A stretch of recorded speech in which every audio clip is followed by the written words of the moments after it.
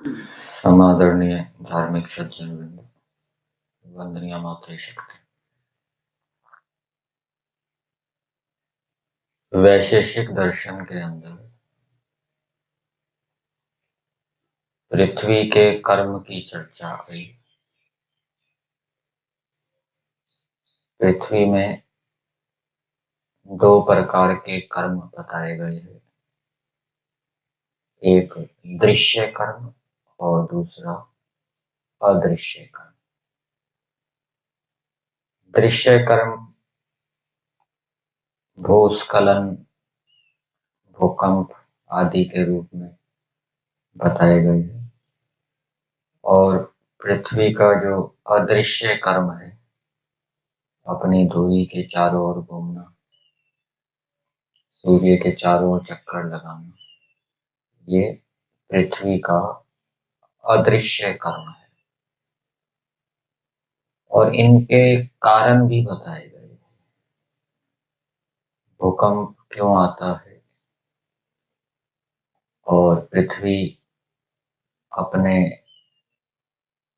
अक्ष के चारों ओर या सूर्य के चारों ओर क्यों घूमती है। तो भूकंप का कारण बताया है भूस्खलन आदि का, कि नोदन अभिघातात, कोई भारी पदार्थ का धक्का, भारी पदार्थ पृथ्वी के ऊपर गिरे तो उससे धरती क्या है, कांप जाती है। और दूसरा, पृथ्वी के अंदर जो पदार्थ मिले हुए हैं उनके आपस में मिलने से भी भूकंप आ जाता है। और पृथ्वी का जो अदृश्य कर्म है, सूर्य के चारों ओर घूमना, इसका कारण बताया गया है अदृष्ट, अदृष्ट कारिकम। ये अदृष्ट के कारण पृथ्वी सूर्य के चारों ओर घूमती है। अदृष्ट का एक अर्थ वेग किया जाता है। पृथ्वी के अंदर जो वेग है उसके कारण वो सूर्य के चारों ओर घूमती है। और अदृष्ट का अर्थ ईश्वर की शक्ति भी है। ईश्वर की शक्ति से प्रेरित होकर पृथ्वी सूर्य के चारों ओर घूमती है। ऐसे ही वायु का कर्म भी बताया गया है। वायु का कर्म क्या है, वो तिर्यक टेढ़ी चलती है और हर समय चलती रहती है। तो उसका कारण वायु की अपनी निज शक्ति है, उसके कारण वो हमेशा चलती रहती है या टेढ़ी चलती है। अग्नि का भी कर्म बताया है। अग्नि का कर्म क्या है, ऊपर की ओर जाना। जल का कर्म भी बताया गया है। जल का कर्म है नीचे गिरना। तो ये विशेषताएं, शक्तियां परमेश्वर ने इन पदार्थों के अंदर स्थापित की है, जिनके कारण ये अपने अपने कर्म करते हैं। इसी प्रकरण में, प्रसंग में मन का कर्म भी बताया गया। मन का कर्म क्या है? एक तो मन का कर्म होता है इंद्रियों को प्रेरित करना, किसी वस्तु को जानने के लिए या किसी कर्म को करने के लिए। और दूसरा, मन का कर्म बताया गया है कि शरीर के अंदर जो हम भोजन खाते हैं, खान पान आदि का सेवन करते हैं, उसका रस, रक्त, मांस, मेद आदि बनाना, शरीर के अंगों का निर्माण करना, हड्डियों का निर्माण करना, ये मन का कर्म है। इसी प्रकार से गर्भस्थ बालक होता है, उसके अंगों का निर्माण करना, उसका शरीर कैसे बनाना है, हाथ पैर कैसे बनाने हैं, सुंदर बनाना है, कुरूप बनाना है, आदि आदि। तो ये मन के कर्म बताए गए।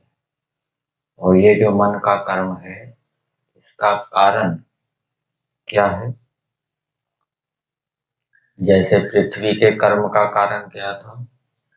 अदृष्ट था, अथवा नोदन अभिघात था, धक्का था। इसी प्रकार से मन के कर्म का कारण है अदृष्ट।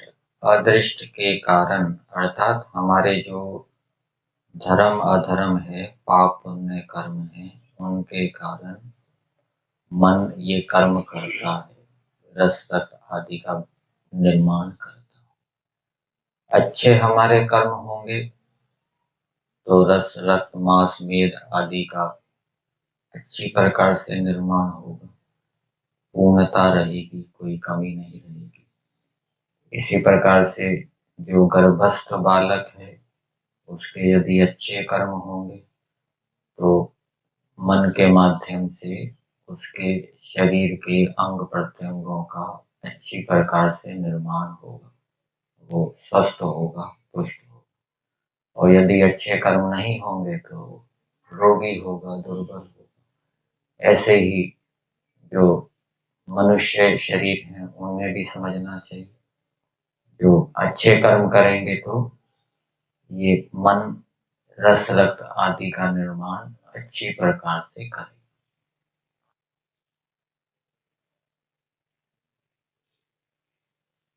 निष्क्रिय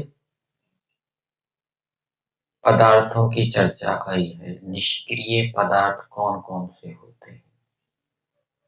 दिशा, काल और आकाश, ये जो तीन द्रव्य हैं, इनको निष्क्रिय कहा गया है। इनके अंदर कोई क्रिया नहीं होती। क्यों नहीं होती? कारण बताया गया है। क्योंकि क्रिया वाले द्रव्यों से इनका वैधर्म्य है, साधर्म्य नहीं। क्रिया वाले द्रव्य कौन से हैं? पृथ्वी है, पृथ्वी क्रिया करती है। शरीर है, शरीर क्रिया करता है। जल क्रिया करता है। कैसे है वैधर्म्य? जो क्रिया वाले द्रव्य होते हैं वो एक देशी होते हैं, एक स्थान पर रहते हैं। लेकिन ये जो दिशा, काल और आकाश हैं, ये सर्वदेशी, विभू है, सर्वव्यापक। दूसरा हेतु बताया, क्रिया वाले जो द्रव्य हैं वो अवयव वाले होते हैं। शरीर अवयव वाला है, पृथ्वी अवयव वाली है, वायु अवयवों वाली है। परंतु ये दिशा, काल और आकाश, इनको निरअवयव, बिना अवयव वाला स्वीकार किया गया है। इस कारण से इनको निष्क्रिय कहा जाता है। लेकिन इन तीनों के अतिरिक्त भी दो निष्क्रिय द्रव्य और होते हैं। कौन से? आत्मा और परमात्मा। अब दिशा, काल और आकाश निष्क्रिय है, उसमें हेतु दे दिया, विभू है, व्यापक है। लेकिन परमात्मा भी तो व्यापक है, तो उसको भी निष्क्रिय होना चाहिए। लेकिन उसके अंदर वैसी क्रिया नहीं होती, परिणमन वाली क्रिया। अवयवों के अंदर जो परिणाम होता है, परिणाम होने से नया पदार्थ बनता है। जैसे दूध से दही बन गई, मिट्टी से घड़ा बन गया। इस प्रकार का परिणाम परमात्मा के अंदर नहीं होता, ऐसी परिणमन क्रिया नहीं होती। परमात्मा किसी पदार्थ के रूप में परिवर्तित नहीं होता। प्रकृति तो पदार्थ के रूप में परिवर्तित हो जाती है, परमात्मा नहीं होता। क्यों नहीं होता? क्योंकि वो निरअवयव है, उसके अंदर अवयव नहीं है। परंतु दूसरी क्रिया परमात्मा में है। परमात्मा अपनी शक्तियों से प्रकृति को प्रेरित करके उसके अंदर क्रिया को उत्पन्न कर देता है। दूसरे पदार्थों के अंदर भी अपनी शक्ति से क्रिया को उत्पन्न कर देता है। ईश्वर के अंदर, स्वयं के अंदर कोई क्रिया नहीं है। तदेजति तन्नैजति तद्दूरे तद्वंतिके। ईश्वर अनेजति, कांपता नहीं है, हिलता डुलता नहीं है, परंतु दूसरे पदार्थों को हिलाता डुलाता है। इसी प्रकार से आत्मा निष्क्रिय भी है, क्रिया वाला भी है। आत्मा के अंदर कोई परिणमन क्रिया नहीं होती। जैसे सेब है, वो बासा हो जाता है, गल सड़ जाता है, ऐसे आत्मा पुराना हो जाता हो, गल सड़ जाता हो, ऐसी परिणमन क्रिया आत्मा के अंदर नहीं है। इस दृष्टि से परमात्मा को, आत्मा क्या है, निष्क्रिय है। परंतु दूसरी प्रकार की क्रिया तो है। एक देशी होने से आत्मा एक स्थान से दूसरे स्थान में जाता है। शरीर के अंदर भी बताया जाता है कि वो आत्मा स्थान परिवर्तन करता है, और जब जन्मांतर में दूसरे शरीर को धारण करता है तो उस समय भी उसको दूसरे स्थान पर जाना होता है। तो ये निष्क्रिय द्रव्य वैसे 3 बताए गए हैं वैशेषिक दर्शन के सूत्र के अंदर। आत्मा परमात्मा का वहां ग्रहण नहीं किया, वहां पाठ नहीं है आत्मा परमात्मा का। क्यों नहीं है पाठ? निष्क्रिय तो वो भी है। तो पाठ इसलिए नहीं है, इसलिए बताया गया है क्योंकि जैसी निष्क्रियता दिशा, काल और आकाश की है, वैसी निष्क्रियता आत्मा और परमात्मा की नहीं है। मतलब कि आत्मा परमात्मा के अंदर चलो परिणमन क्रिया नहीं होती, गलते सड़ते नहीं है, अथवा उनसे कोई पदार्थ नहीं बनता, लेकिन वो दूसरे पदार्थों के अंदर क्रिया को उत्पन्न करते हैं। इस कारण से उनकी निष्क्रियता और दिशा, काल और आकाश की निष्क्रियता में भेद है। इसलिए निष्क्रिय पदार्थों के अंदर आत्मा परमात्मा का पाठ नहीं लिया। ये ज्ञापक निकाल।